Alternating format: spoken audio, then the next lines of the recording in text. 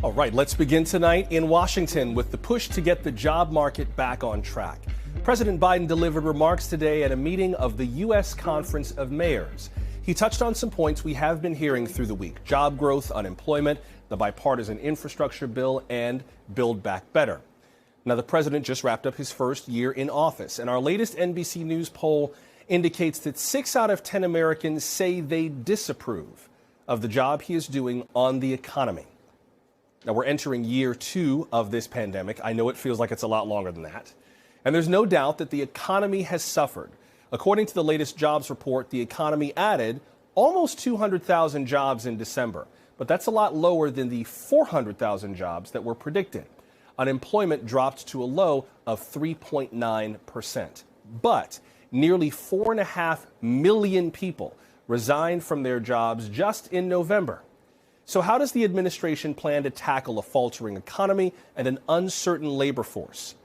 Well, the U.S. Secretary of Labor has some ideas. He also spoke at the Conference of Mayors, laying out a new jobs initiative.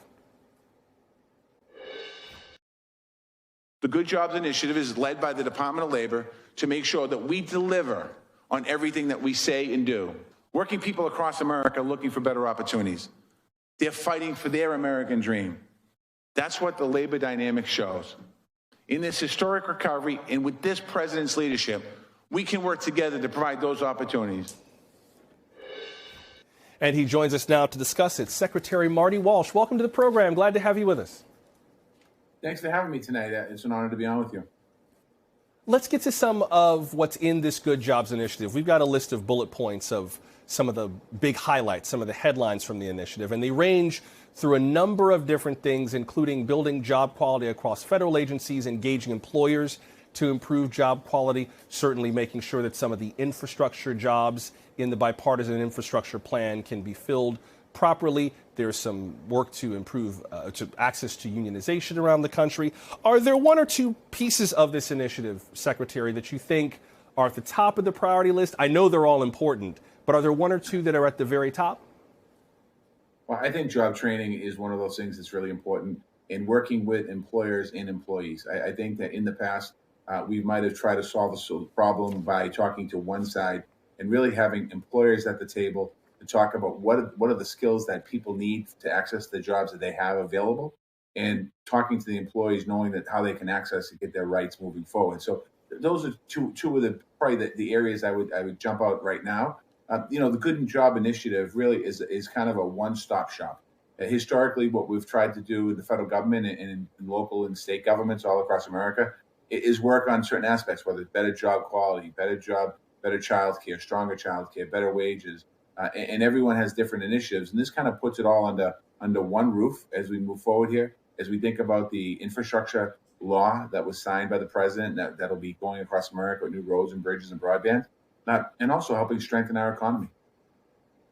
And thank you. Forgive me. I think I referred to it as the infrastructure bill before. It is the infrastructure law, and it is being implemented. I wonder what you mean by job quality, particularly with that figure we showed about resignations from jobs. That the latest summary from today for October to November showed that quit rates or resignation rates increased in 22 states, held steady, or decreased in only 2 states. And we mentioned that 4.5 million people resigned in November.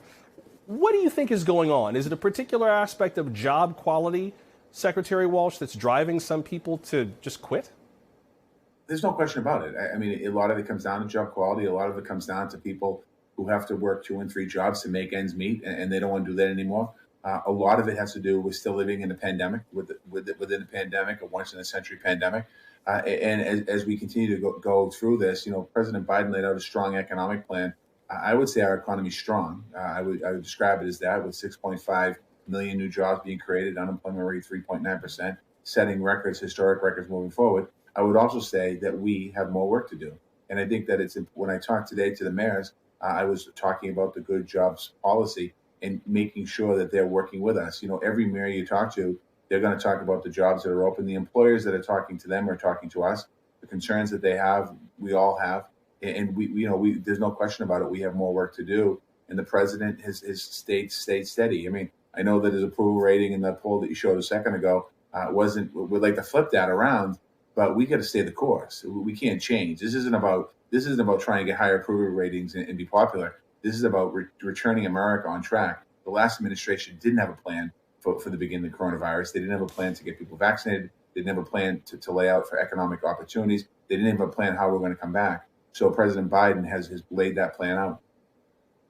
Talk about what you mean by job quality. When you say job quality, define that term for me.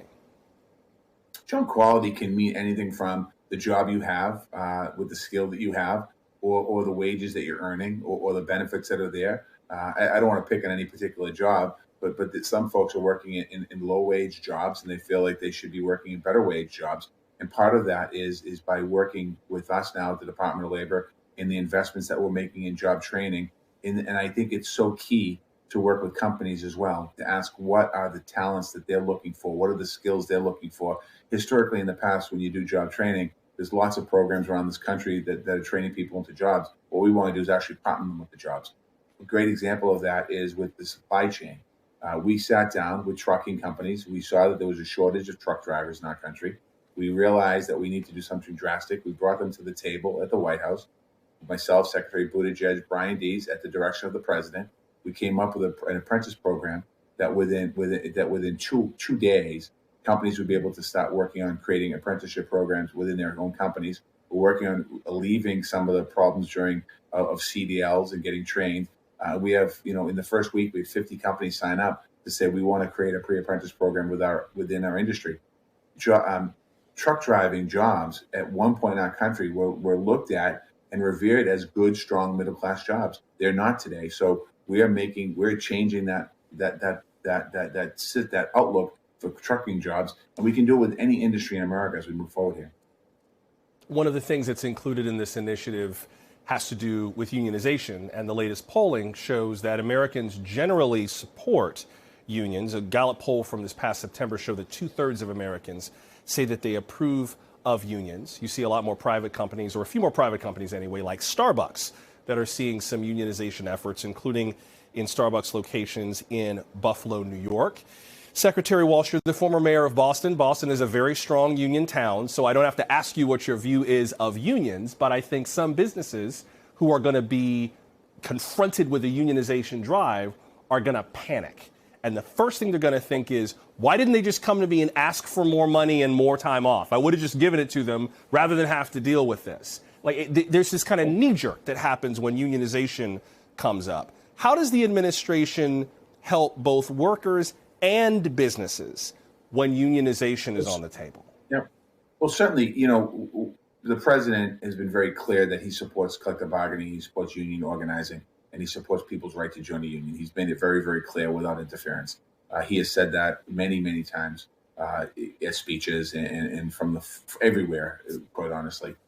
I think what we're seeing in this country, we're seeing a collective group of people standing up and saying, we're not happy with where we are. We're not happy with the revenue we're having. We're seeing companies in this country that have increased their minimum wage for their own company to $15 to $18 an hour at a starting salary all across America. Big companies, small companies, sandwich shops, chain stores. We're seeing that.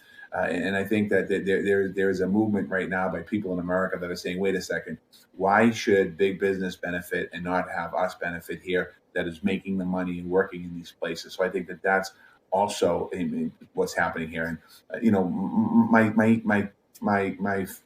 I guess my definition or my advice to companies in America is don't be afraid of unions, because I think unions, as we move forward here too, we're going to see unions are changing.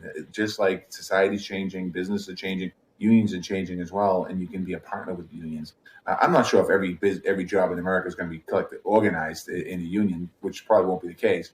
But I think we're going to see more organizing in our country, and it all goes back to working conditions, wages, benefits. Maybe paid leave, sick time, things like that. That workers are saying, wait a second, I'm tired of working 3 jobs, not making enough money to make ends meet. And I just want to work one job, and by having the ability to collective bargaining in my corner is going to help me. A few more quick questions before I got to let you go. Right. A few more quick questions before I got to let you go. The president at his news conference this week talked about breaking up the Build Back Better agenda into chunks rather than trying to get it passed in one big block. Any of those particular pieces that the Labor Department is going to be especially involved in going forward? Well, certainly as I travel around the country, I hear from people all the time. And the biggest issues I hear about, for the most part, are childcare, the cost of childcare, and the accessibility to childcare. I talk to childcare providers talking about the ability for them not to be able to keep people because of the poor wages they have to pay, because that industry does not have the revenue or the investment in it that it quite honestly needs. We saw millions of women leave the workforce during this pandemic. I think it was 1.6 million women completely left the workforce with childcare age children under the age of 6. I mean, the reasons for that is quite honestly not good, strong childcare. So I think childcare is one of those areas. The cares economy as a whole. I think also, looking at, potentially some environmental investments that we're going to make as we continue to be less dependent on fossil fuels as we continue to move forward renewable energy. And quite honestly, selfishly, I'm going to throw it in here because I hope the president's listening. Is job training. I mean, as we think about 4.5 million people who have left the workforce or left their job for whatever reason it is, those folks need to get back to work at some point. They want to get back to work in better paying jobs and stronger jobs. And the way we do that is by having real good, strong job training in our country. We have money at the Department of Labor right now that's allocated through Congress and through the president. But if we want to really scale that program up, we need more revenue to be able to do that, to invest. It's not even revenue, it's investment in the American worker. Last few seconds, since you brought up job training, any particular sectors or industries that you would like the president to advocate more funding for job training for before we go? No, I think it changes. It's not necessarily what the president or what I want. It's really what the regions want. And today, talking to mayors, different mayors have different industry in their communities, whether it's manufacturing. I think manufacturing, obviously, in our country, the president's made a real big effort to bring more manufacturing to our country. We're seeing some supply chain issues because when manufacturing's happened in other countries, quite honestly, the coronavirus, the pandemic has impacted that. We want to be more dependent on American manufacturing. I think that's one area, and I think we have to look into the future a little bit in our medical systems and nursing and mental health services, things like that, and also, just really, it's going to be regional. What the needs are in different regions. I would love to talk to you in the future about the healthcare workforce. Obviously, COVID has taken a huge toll on our healthcare workers, and there's clearly a lot of work to be done there, but that's a conversation for another night. But for now, Labor Secretary Marty Walsh, I really appreciate you making time for us, sir. Thank you very much. Thanks for watching our YouTube channel. Follow today's top stories and breaking news by downloading the NBC News app.